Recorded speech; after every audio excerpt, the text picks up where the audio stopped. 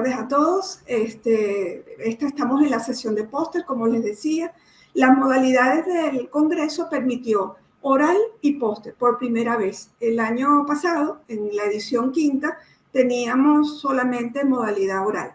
Esto le permite a muchas personas que no quieren intervención oral poder hacer un póster y participar con igual calidad académica, ya que sus trabajos también van a estar incluidos, el trabajo me refiero, los manuscritos científicos, en el acta del Congreso.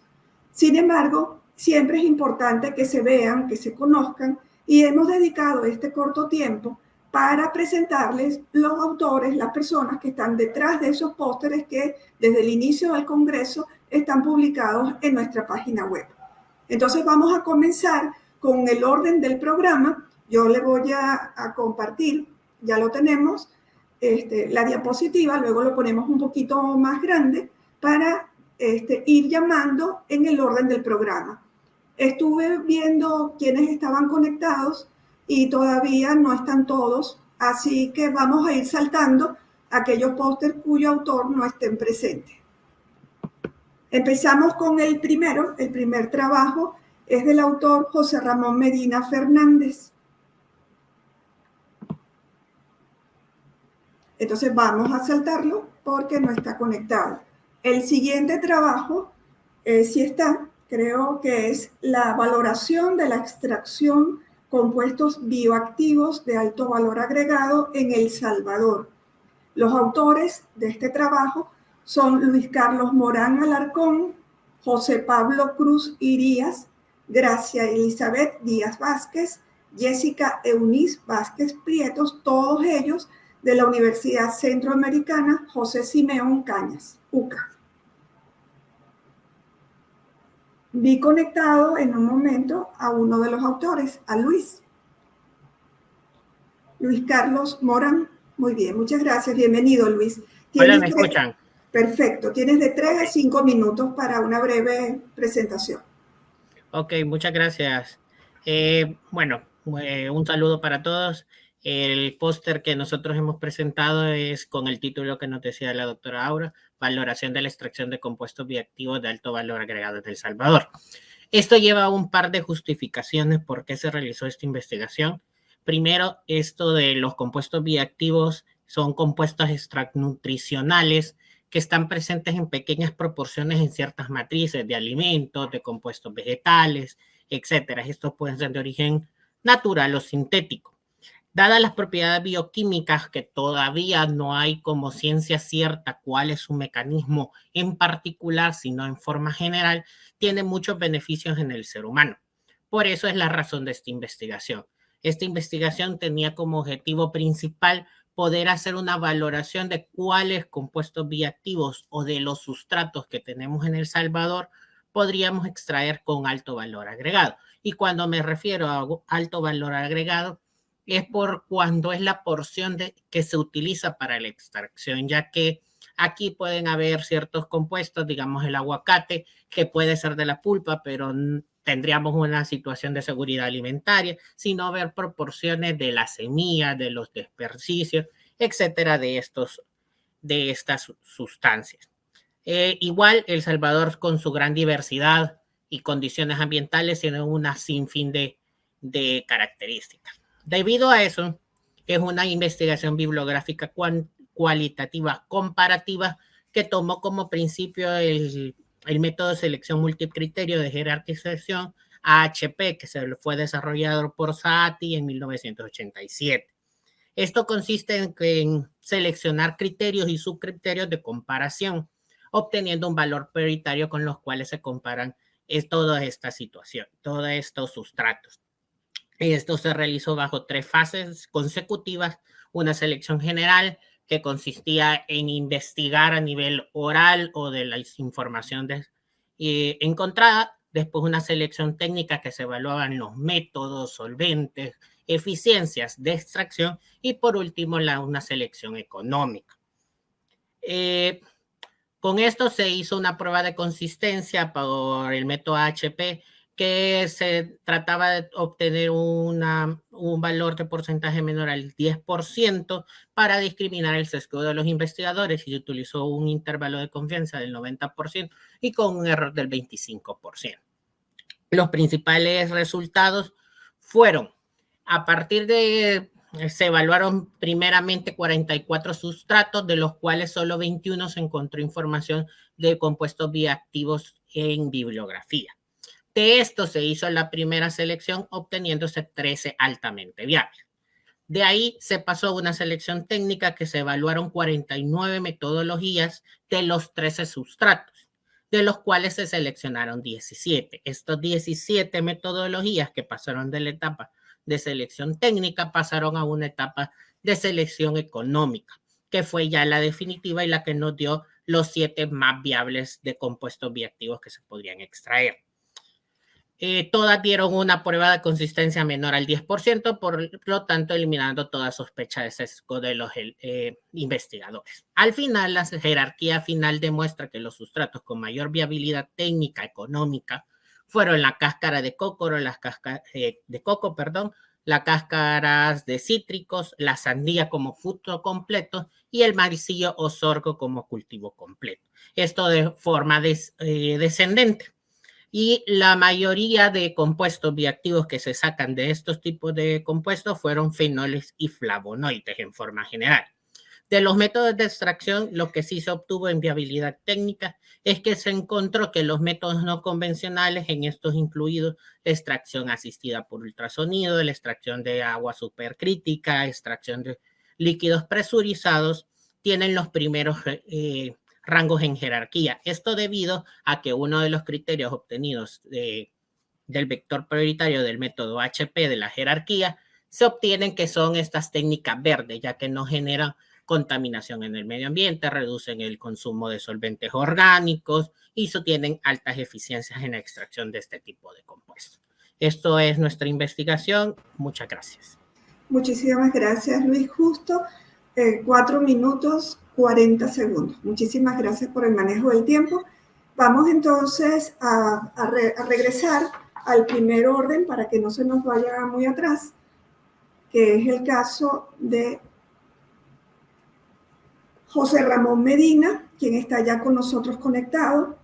José Ramón es de la Universidad Osana y él nos presenta el trabajo El futuro del comercio electrónico en Panamá. José Ramón, tienes entre 3, máximo 5 minutos para una breve presentación. Ok, buenas tardes. Hoy tengo el gusto de hablarles sobre mi investigación sobre el futuro del comercio electrónico en Panamá. En la actualidad, el comercio electrónico, también conocido como e-commerce, es una modalidad que está siendo utilizada por las empresas por el gran potencial de crecimiento que este le brinda a ellas. El optimizar el uso de los recursos en las empresas es punto clave para que éstas puedan mejorar sus ganancias y con esto ser rentables y mantenerse a flote.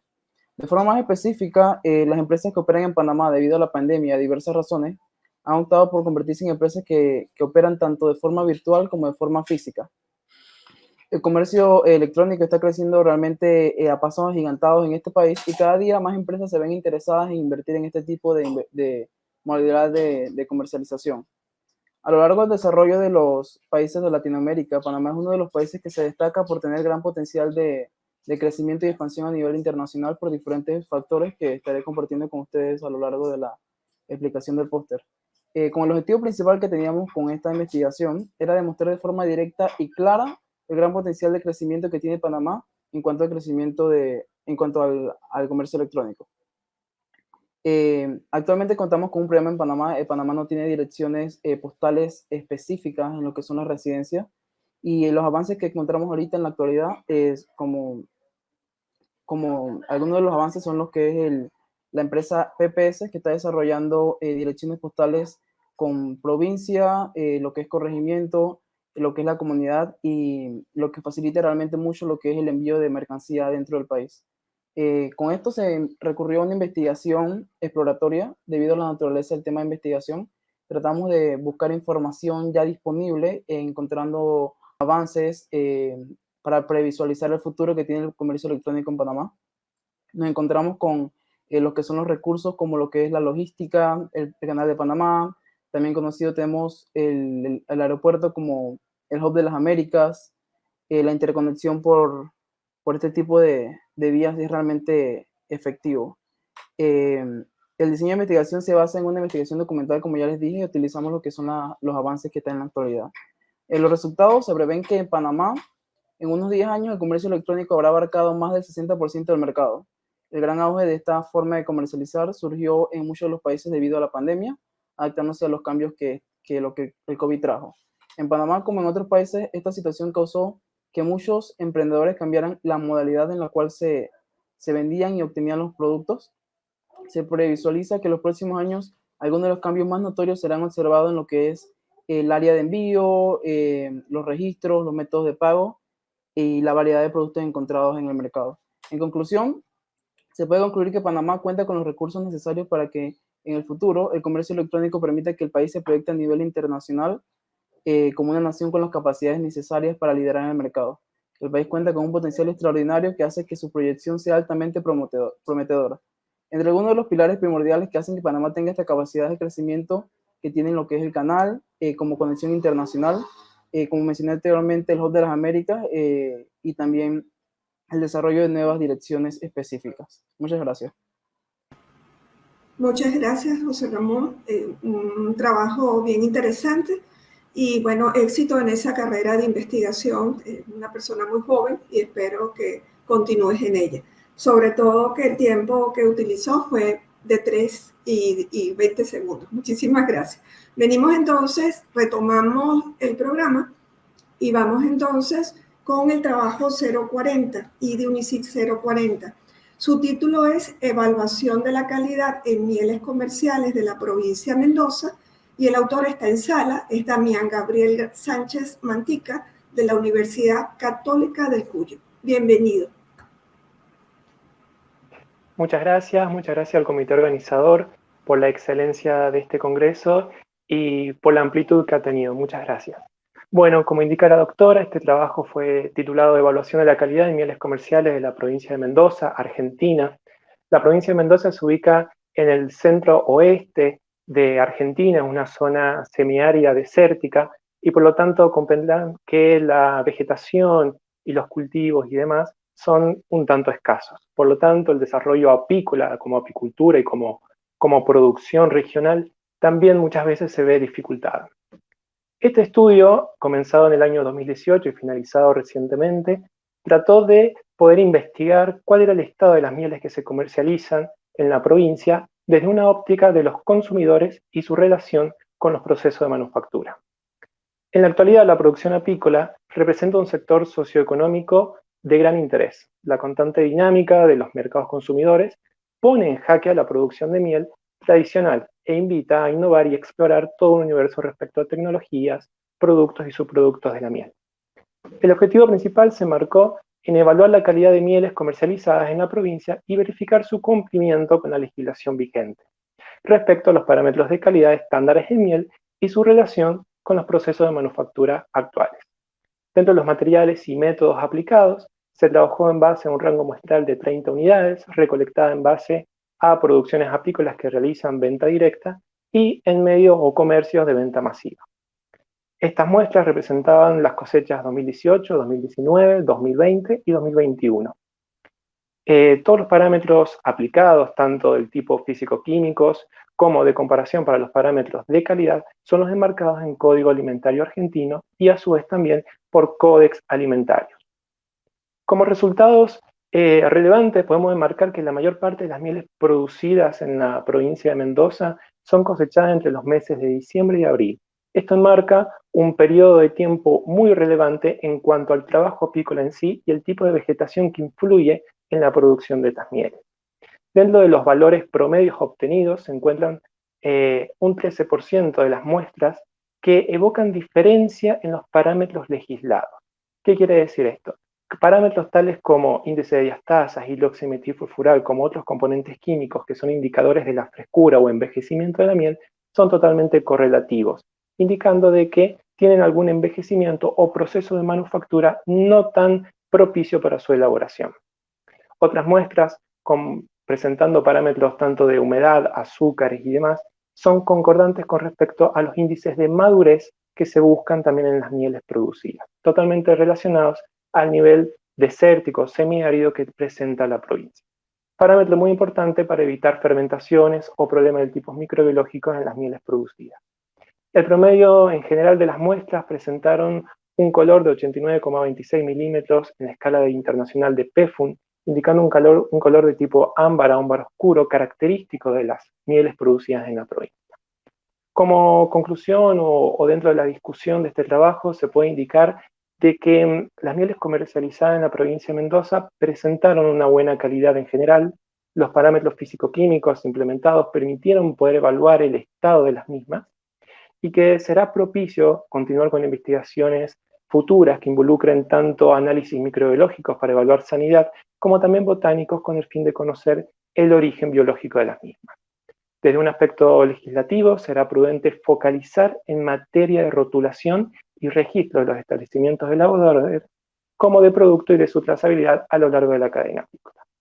Finalmente, implementar elementos del sistema de gestión de la calidad con la finalidad que ha tenido este trabajo de poder divulgar y apoyar al sector productivo denota una gran importancia en donde asegura promover una mejora continua de los procesos tecnológicos, garantizar la calidad e inocuidad del alimento y las condiciones laborales y medioambientales óptimas. Muchas gracias. Muchas gracias, Damián. Muy interesante el trabajo y muy aplicado para esta industria importante del alimento. Pasemos entonces al siguiente póster. Es el código 042, que va a estar Gabriel Iván Sanabria Ibieta, que ya está con nosotros conectado. Bienvenido, Gabriel. Gabriel nos va a presentar el tratamiento de efluentes textiles utilizando membranas de PES, PVA, de nanofiltración. Gabriel es uno de los autores, le acompañan Leticia Micaela Agüero Godoy, Omaira Beatriz Ferreiro Balbuena y Gabriel Iván Sanabria Ibieta. Son todos de la Universidad Nacional de Asunción, así que bienvenido, el micrófono es suyo. Muchas gracias, buenas tardes. Bueno, el objetivo de este trabajo es el estudio de la eficiencia de un sistema de nanofiltración con una membrana de PES-PVA de módulo plano para el tratamiento de efluentes textiles. Entonces, la industria textil es una de las mayores contaminantes de todo el panorama industrial, también una de las mayores consumidoras de agua y energía, por ende también una de las mayores emergentes de productos químicos, colorantes, grasas, aceites, por lo cual resulta muy importante el tratamiento de sus efluentes. Una de las tecnologías emergentes del siglo pasado y más interesantes son las tecnologías de membranas, ya que estas permiten la recuperación de componentes de valor y además reducen significativamente el número de operaciones unitarias. En este trabajo se realizó la nanofiltración de un efluente textil, principalmente compuesto por el colorante índigo, que es un colorante utilizado en la manufactura de los jeans. El sistema consistió en una bomba, un módulo de membrana plana y una válvula y manómetro. Entonces, el efluente fue bombeado al módulo de membrana y se visualizó rápidamente la disminución del color azul intenso original. En los resultados se puede observar la disminución del color en la escala en unidades Heysen por el método platino-cobalto de 20 unidades a 5 unidades, y también fue medida la demanda química de oxígeno del efluente bruto y del permeado tras la nanofiltración, y se puede observar una disminución del 84.82% de la demanda química de oxígeno. Estos dos parámetros, DQO y color, son dos de los parámetros más importantes en tratamientos de efluentes. Por lo que podemos concluir con este trabajo que se visualizó una bastante alta eficiencia de remoción de este parámetro. Sin embargo, se recomienda más estudio de las interacciones entre los solutos y la membrana y entre solutos, también las técnicas de limpieza, y un correcto acondicionamiento de la membrana para poder mitigar el fouling o colmatación o ensuciamiento que sufren las membranas tras la filtración con el tiempo. Y eso es básicamente el trabajo. Muchas gracias. Muchísimas gracias, Gabriel. Un trabajo muy importante y de impacto ambiental. Los efluentes textiles efectivamente contaminan mucho nuestras aguas, entonces un buen trabajo. Muchísimas gracias por compartir los resultados con nosotros. Seguimos entonces nuestro programa. Ahora estamos por presentar el trabajo que nos va a dar Marta Lara, quien está con nosotros ya en la sala. Marta Beatriz Lara Núñez es de la Universidad Nacional de Asunción, de la Facultad de Ciencias Veterinarias, y nos viene a presentar el trabajo Influencia de la música en el proceso de ordeñe en vacas lecheras en el año 2021. Marta, los micrófonos son tuyos. Muy buenas tardes a todos. Primero que nada, mil gracias, ¿verdad?, a todos por la organización excelente.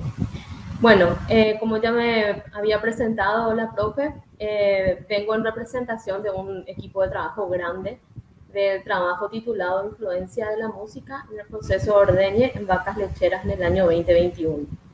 Para comentarles un poco cómo nace este trabajo, nace, ¿verdad?, de la premisa de que el bienestar animal es muy importante en todo lo que es la producción lechera. Aquí entonces tenemos que tener en cuenta que cualquier alteración en ese bienestar animal se ve traducido entonces en una baja en la producción. Bueno, entonces a partir de esto entonces se ve estrategias, ¿verdad?, como para mejorar el bienestar animal, entre otros factores. Bueno, entonces en este trabajo, teniendo en cuenta esto, entonces nos propusimos el objetivo general de justamente ver la influencia que tiene esta práctica de incluir música en el proceso del ordeñe, entonces en estas vacas. Como objetivos específicos, entonces nos pusimos entonces el determinar la producción de leche en dos tratamientos, con influencia, o sea, con la incorporación de música y sin la incorporación de música. También determinar los niveles de cortisol sérico con la incorporación de música y sin la incorporación de música. Para comentarles un poco cómo se dio la metodología de trabajo, esto se planteó un estudio experimental de tipo crossover, en donde el grupo en estudio se les aplica los dos tratamientos, tanto el experimental como el textil. Entonces, se realizó entonces una evaluación de 8 semanas.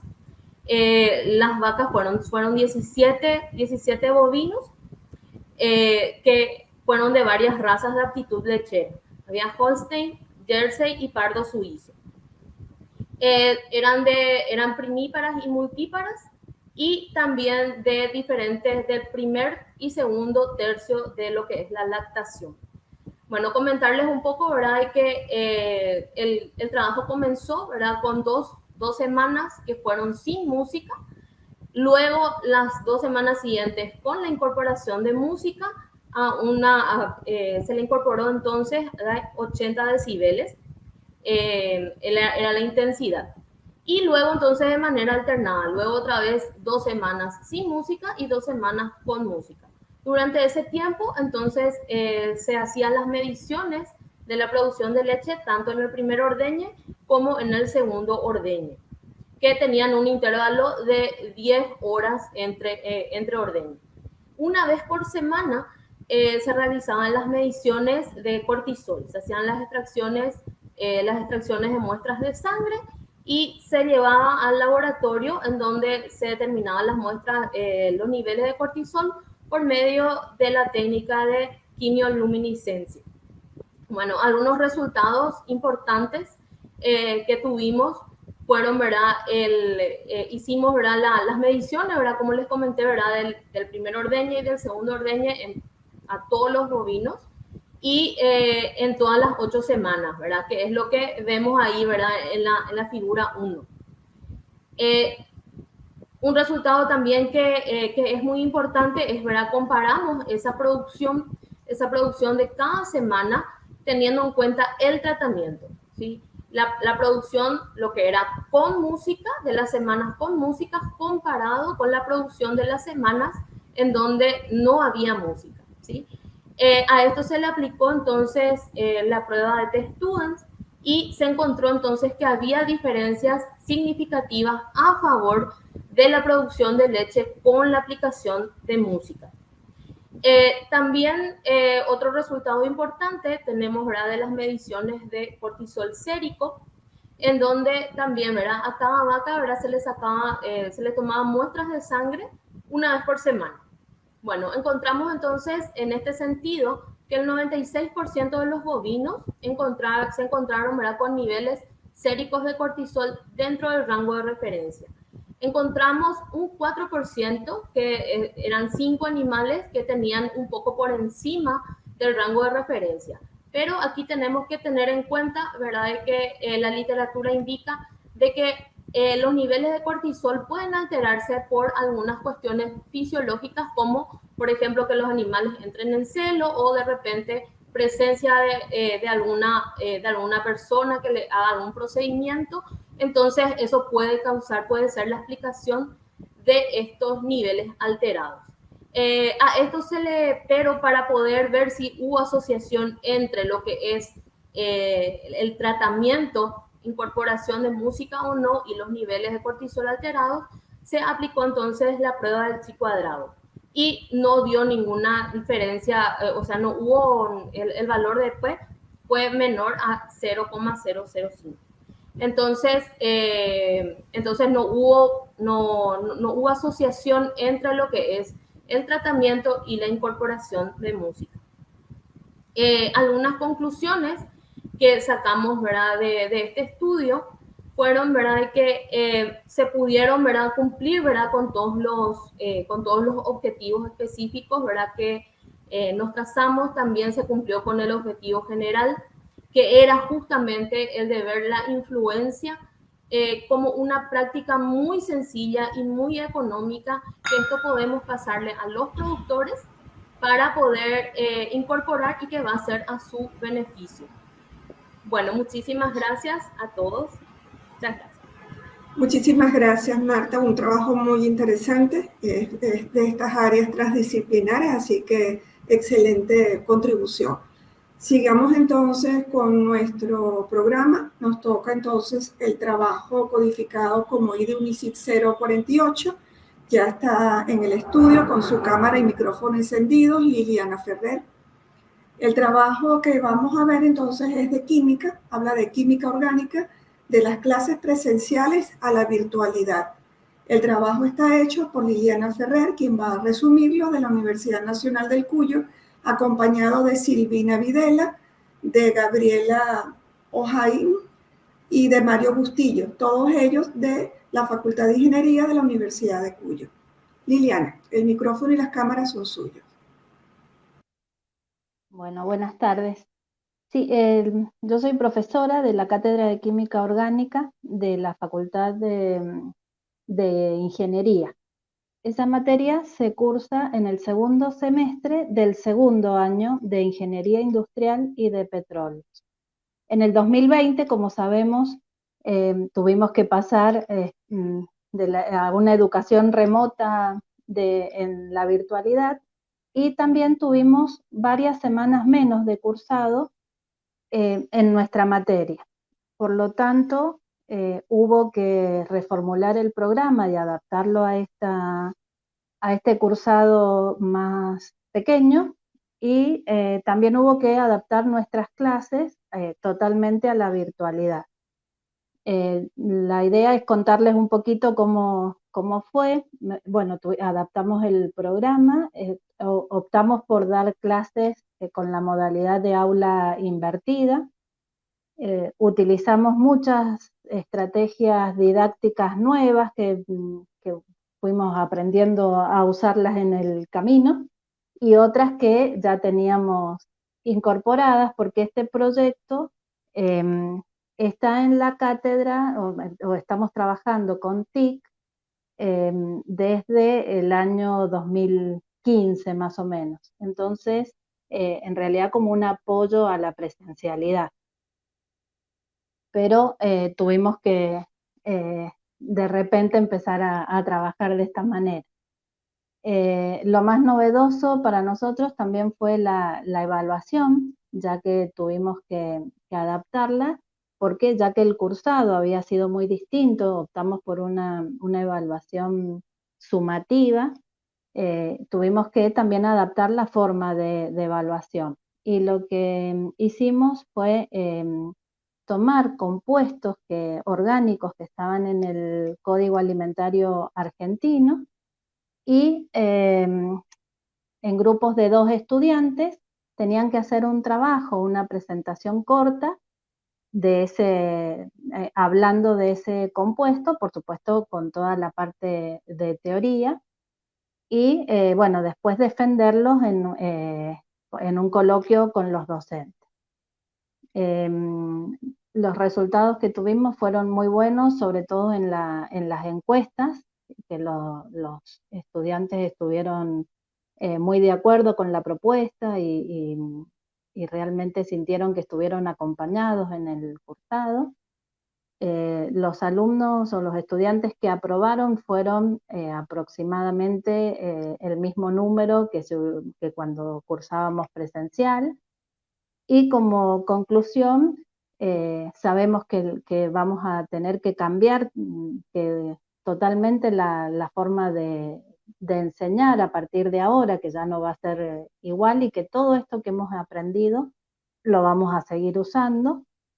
Y también pensamos que fue muy importante que los docentes tuviéramos una cierta capacitación en el área de TIC para poder afrontar este nuevo desafío de manera bastante, por lo que nos dijeron los estudiantes, bueno, bastante bien fue el cursar.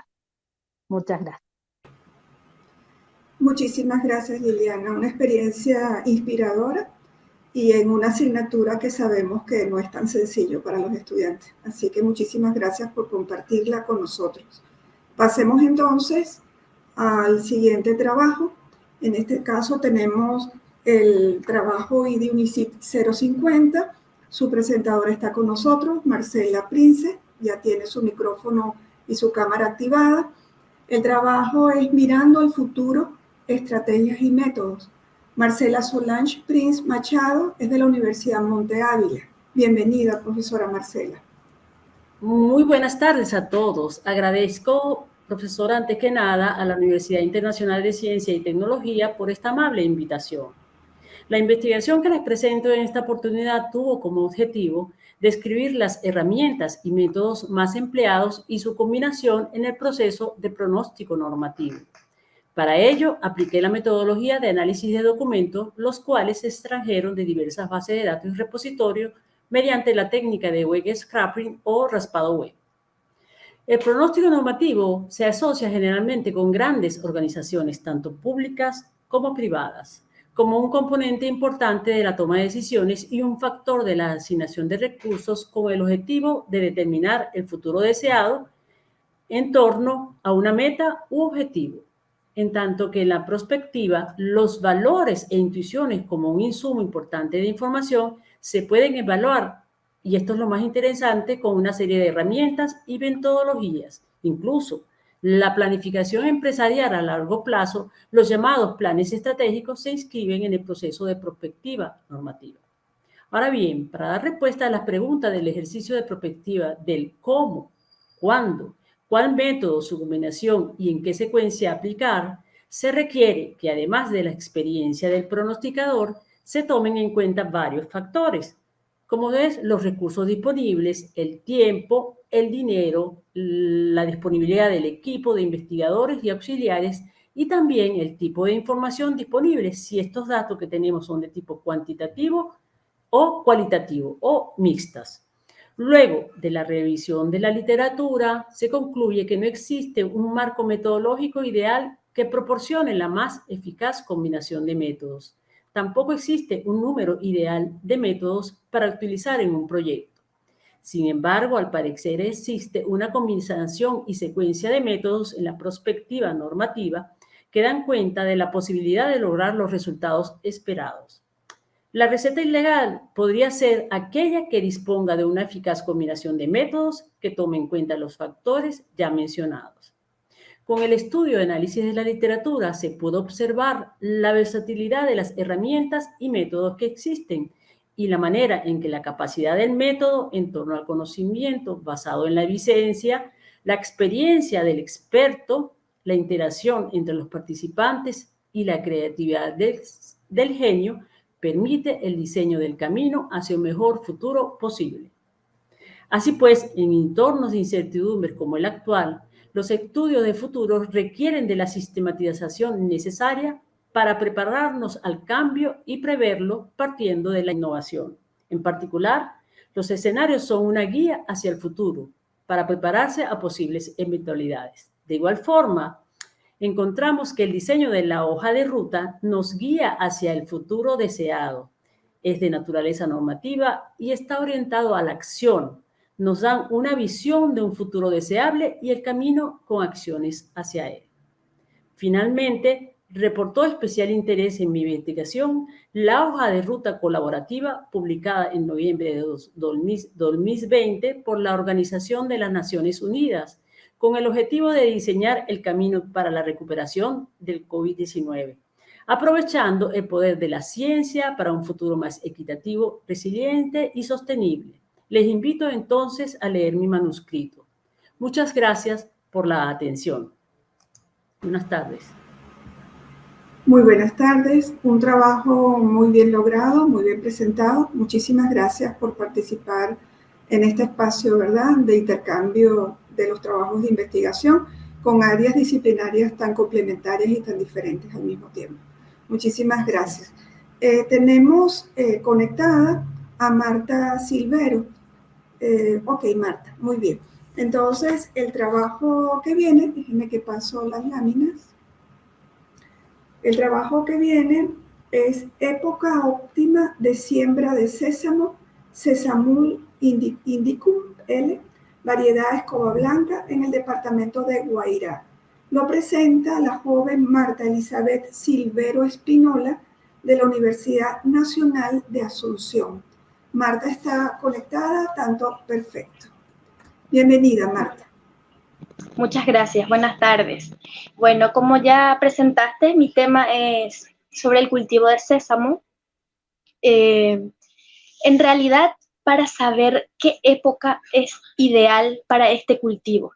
Como sabemos, es bastante susceptible a la época de siembra, ya que encontrar la fecha correcta, esto ayuda en muchos casos a evitar que los cultivos, o sea, que el cultivo en sí pase por falta o exceso de humedad, tal vez por esto ocasione rendimientos muy grandes, pérdidas que a la larga se traduce en la disminución de lo que sería el rendimiento.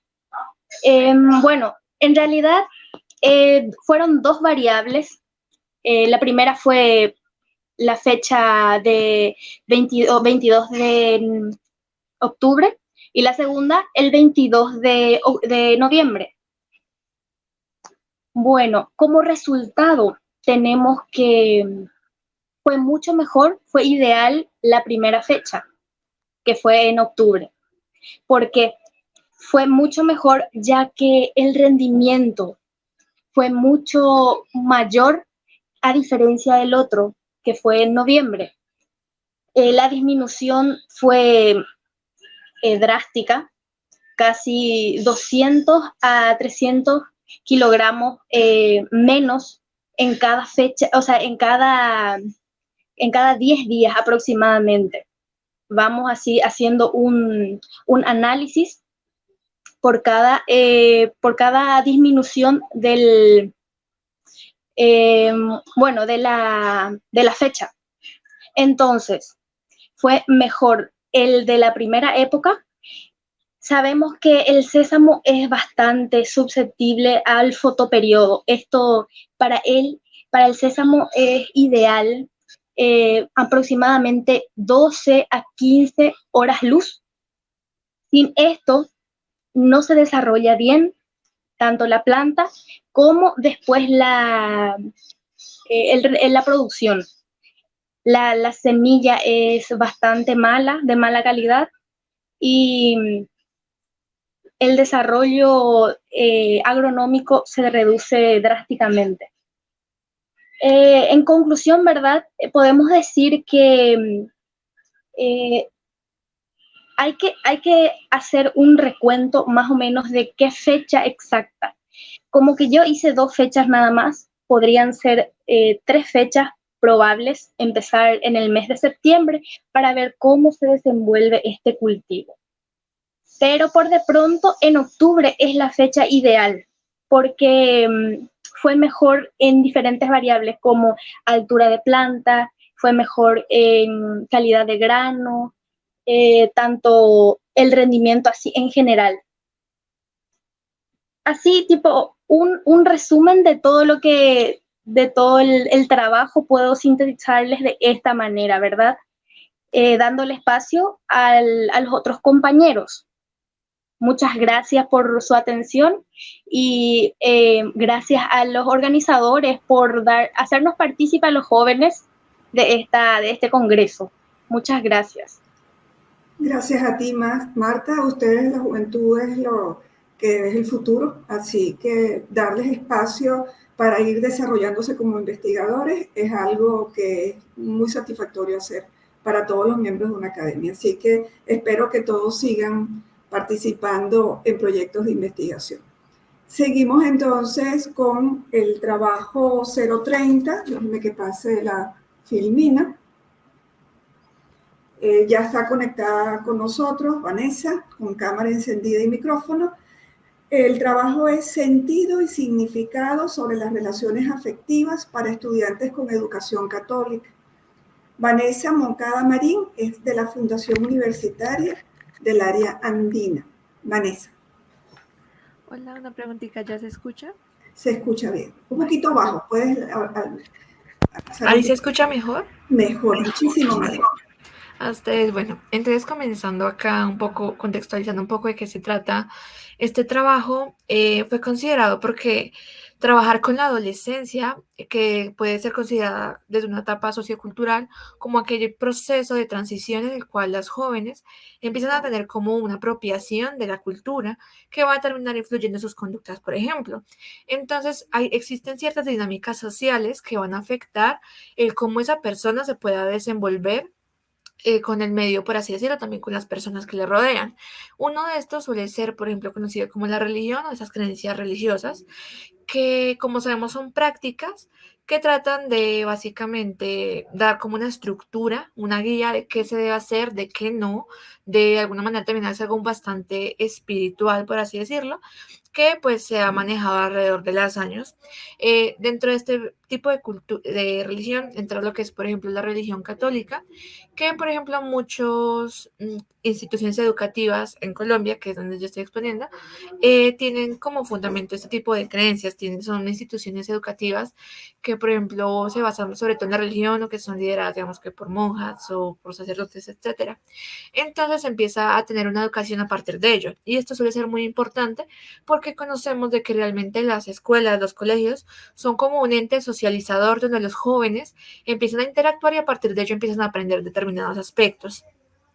Entonces, un poco hablando del concepto teórico, los sentidos y significados son categorías psicológicas que empiezan a tratarse un poco a partir de Vygotsky en su libro Pensamiento y Lenguaje, donde definirá el significado de las palabras como fenómenos del pensamiento que se utilizan básicamente como referente lingüístico, que son básicamente también normas que nos puede dar la sociedad, como lo puede ser una religión o un instituto que se trate sobre todo en estos aspectos religiosos.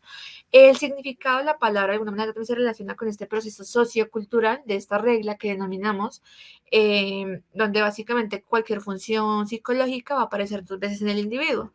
Primero a un nivel individual y en segundo lugar a un nivel, primero a nivel cultural y luego a nivel individual. ¿Esto qué significa? Digamos que lo que vamos a aprender de los otros y ya luego se va a interiorizar. Es decir, yo ya voy a empezar a tener esa conducta, esos pensamientos a partir de lo que aprendí en los demás. De esta manera es que también se empieza a hablar de sentido, porque no solamente es lo que yo aprendo de los demás, sino el sentido de la palabra es el contexto al cual yo le doy. De alguna manera es esa suma de los procesos psicológicos que se dan después del pensamiento, después del aprendizaje, y ya a partir de acá es que se va a dar una formación dinámica entre los conceptos aprendidos que va a terminar influyendo como un estímulo en la conducta de las personas. Y es acá cuando se empieza a hablar de la importancia de conocer cuál es el sentido y significado que le dan los estudiantes de bachiller técnico con educación católica a las relaciones afectivas.